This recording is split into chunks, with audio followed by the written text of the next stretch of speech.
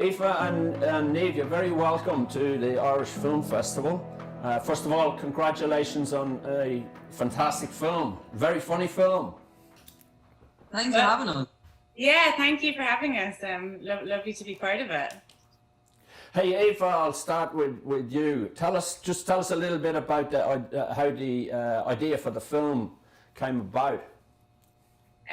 Well, it was a bit of a mixed. It was inspired initially by a Radio 4 documentary that I heard about a man in Amsterdam who buries people that have no one else to bury them. He basically puts a lot of thought into arranging their funerals and people with no next of kin.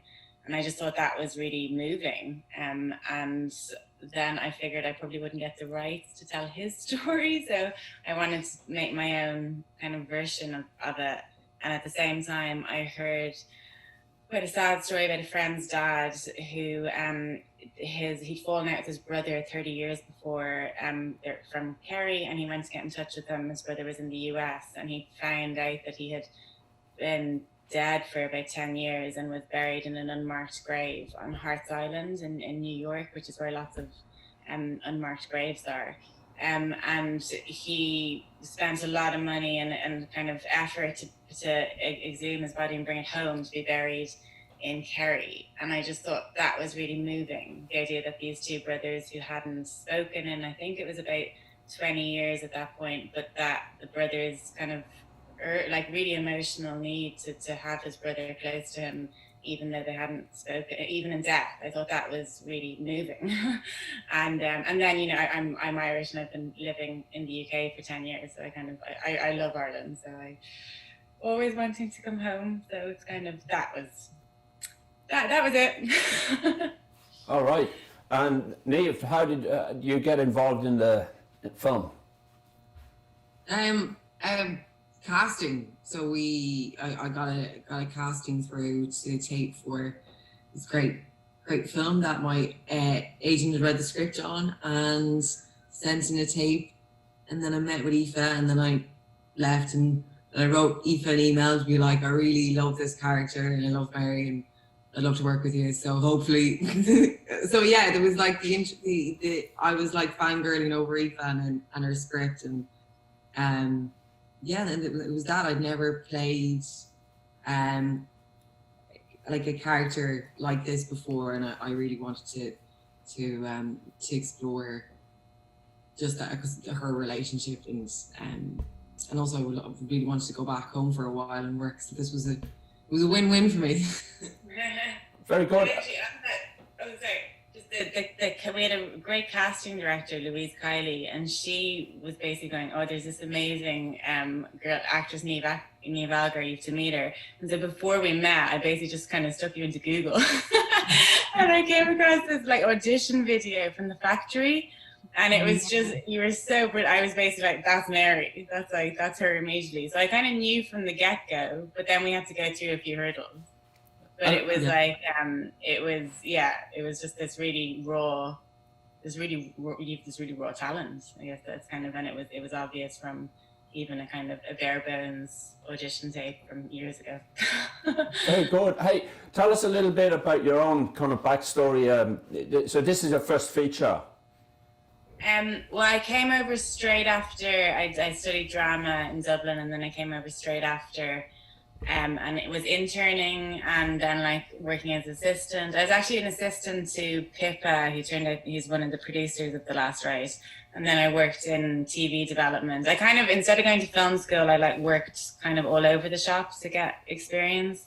And then I was making short films and doing small theatre shows, and had done a couple, like worked a bit in theatre and then in short films. And was writing basically kind of along the side of working, was kind of kept writing. I didn't actually know I wanted to write. I just kind of was writing so that I could make a film. But now I actually love writing the most. So, yeah. Say, what was it like to in terms of a first feature to go from it's quite a big step. Yeah. And well, what happened, I'd been working in TV development and I'd kind of lost confidence a bit with it all. And then I got made redundant and I took, I took the money and I went to India and I just like wrote, everyone was telling me to get another job back in TV development. But I was like, I think this is my only shot. If I don't write what I really want to write now, I'll never do it. And I think that was probably right. So I basically the last write was kind of came out really quickly. I mean, then there's a lot of redrafting and everything, but the first draft kind of just flew out. And then I came back and worked on that with Pippa, the producer, who I'd known from before, and another colleague from the TV development company, Lookout Point. And then that script basically started to open loads of doors. And the ball kind of rolled from there. So it was kind of, I think that script got on the Brit list, and then that helped financing, and then that script got the Irish Film Board on board, who then financed a second draft. So it was that first initial script and that kind of burst of, if I don't do this now, then I don't think I'll ever do it. So that was really great. So anyway, so that kind of I think gave me confidence throughout the kind of, I mean, I was a bit terrified for a feature. It's like, it is a bit terrifying, being honest. But I think, on a wing and a prayer, basically. And everyone was really supportive. Like, people were generally supportive. There were, there are stories to tell, but there was, but it was, it's daunting, but it's good. Okay, and Niamh, could I just jump to you? And I forgot to say congratulations on not one but two IFTAs. Tell us how. So you're originally from Mullingar. Tell how does it? What's the journey from Mullingar to the stage? I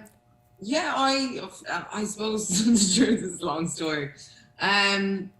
I studied art and design in college, and so that was kind of like my start off point, but I'd always wanted to be an actor and study drama. So I kind of got into it, not exactly in a linear way. It was more through doing theatre and workshops within Dublin. And then eventually I caught the attention of Louise Kiley for a film while I was at the factory in Dublin, which was this, it's like a creative film hub for filmmakers, like directors, writers, actors, and there was this film that was being cast called Without Name by director called Working Finnegan, and I the sporting female lead in it, and it went off to Toronto, and from there I got my agent in London, and it was just kind of progressively working kind of since I left the island of Ireland. So yeah, that was great, but it was Mullingar is a great little town. It's got an incredible art centre, so that was kind of like my little foundation into being an actor, because it was run by this really great guy called Sean Lynch, who used to put on like productions every year, like these musical productions, and he treated us all like, you know, young adults. So we felt it's actually a great kind of structure, and gave us discipline on the work that you need to put in order to, you know, prove that someone should pay to go see something that you're involved in. It was a great learning experience. So that was it really, and then Oh, thanks. Hey, Aoife, how do you pull together like a cast, such a great cast that you had on the last ride?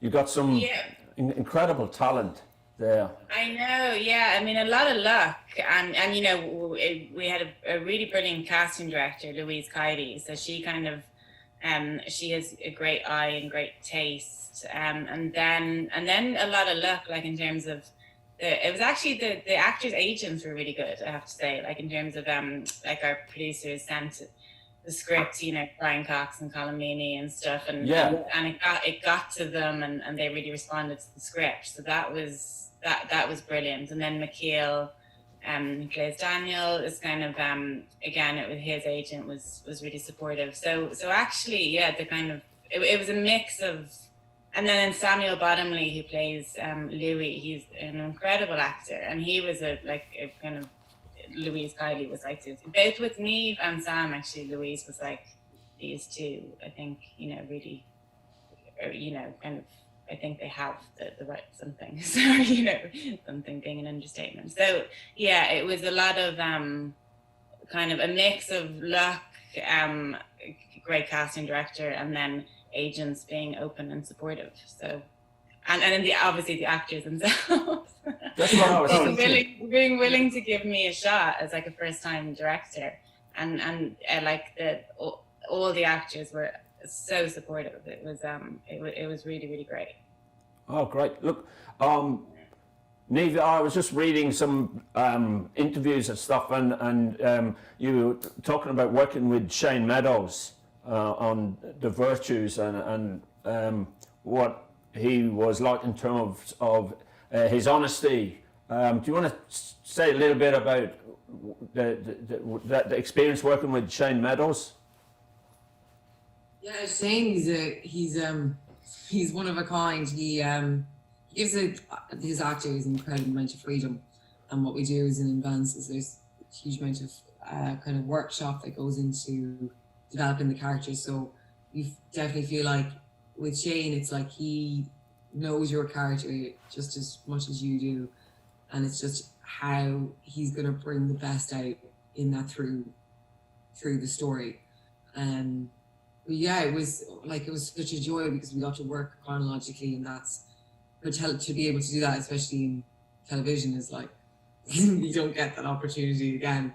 So you're really spoiled, and you're working with Helen Bean, she's just astonishingly talented, and Stevie Graham, who's I think is our generation's Robert De Niro. So, and Mark O'Halloran, like it was just a joy of a job to be on, because you're just Shane is someone who I look up to and someone who I always wanted to work with, and This Is England was definitely a massive influence to me as an actor. Like we used to do scenes, like practice scenes of This Is England when we were in the factory. So it was very surreal to be like in a scene with Stephen Graham, and this is like someone that you would like idolized from years back. But yeah, he's Shane is just he's just incredibly just giving as a director. Hey, Eva, I was going to ask you about Dan, the character Dan, and why you wrote the character in the way that he appears on screen. And do you have a personal experience with autism? Oh, with for Samuel, I don't actually. Oh yeah, I don't actually, but I kind of always had I kind of a real interest in that, I suppose, and a real empathy for it. I think my parents are Buddhist and I was growing, so I don't know, like I've kind of always been interested in the interior world, I suppose, and I think with autism, I think it's it really, I think it moves me, because I think it's and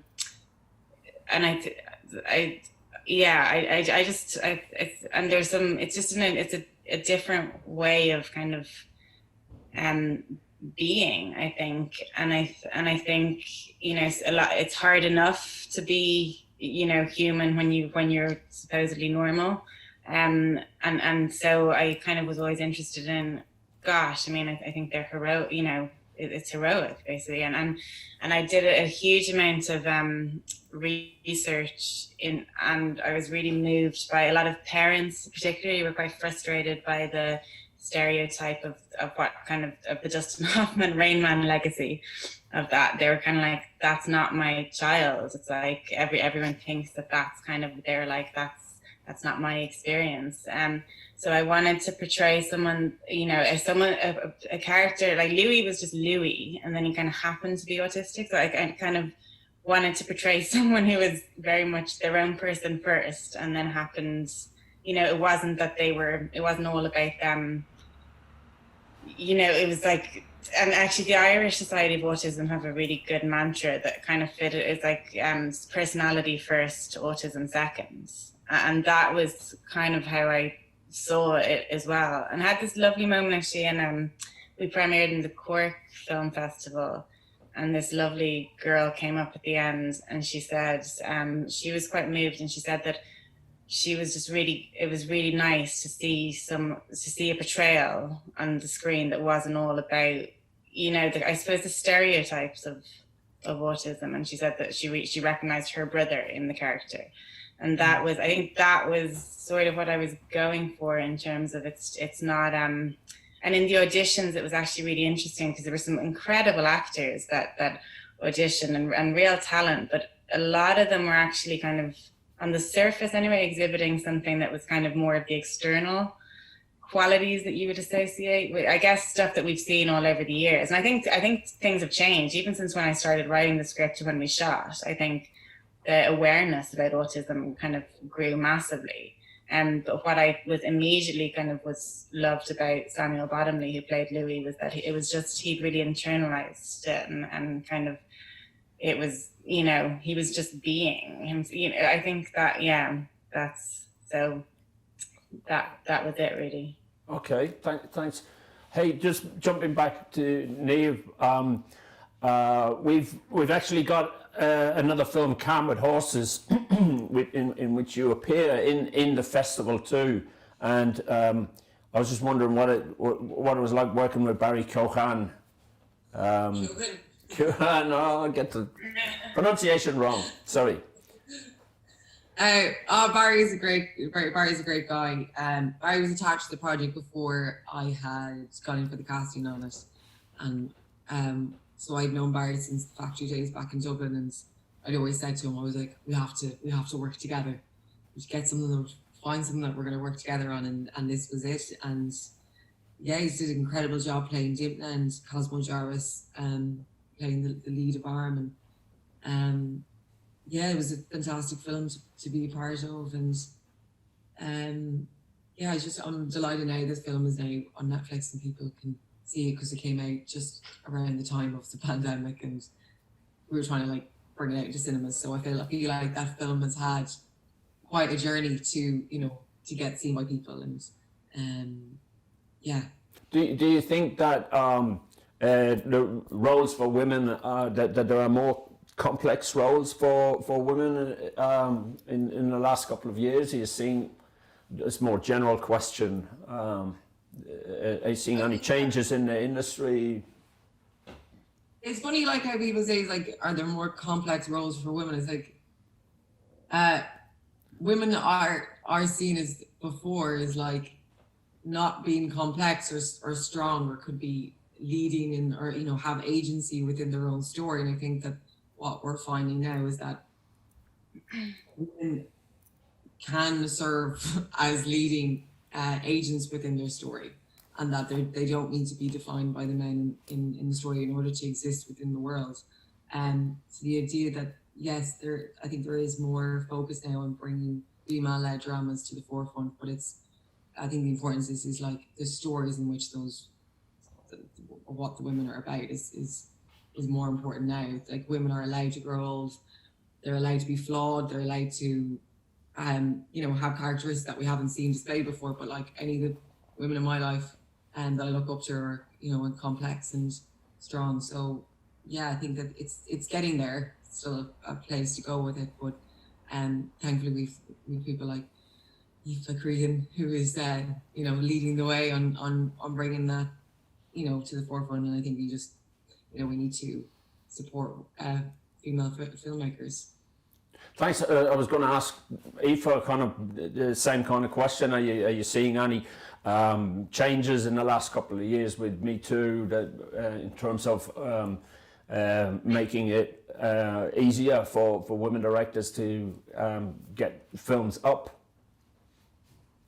I think it's probably a mix. I mean, the fact that I got my film made was, brilliant. There were so many people that supported me. I think there were times where I struggled and had to fight to get my own voice heard, which I think, given that it was, you know, my film, I think there's still a way to go for women in film, basically. And I think we probably need to be careful that there's not lip service given to it. And I think as the world is kind of becoming more aware of bias and all of that kind of thing, I think that probably needs to be looked at. In if you're a female writer director, you are coming up against an awful lot of that just makes it's scary enough and hard enough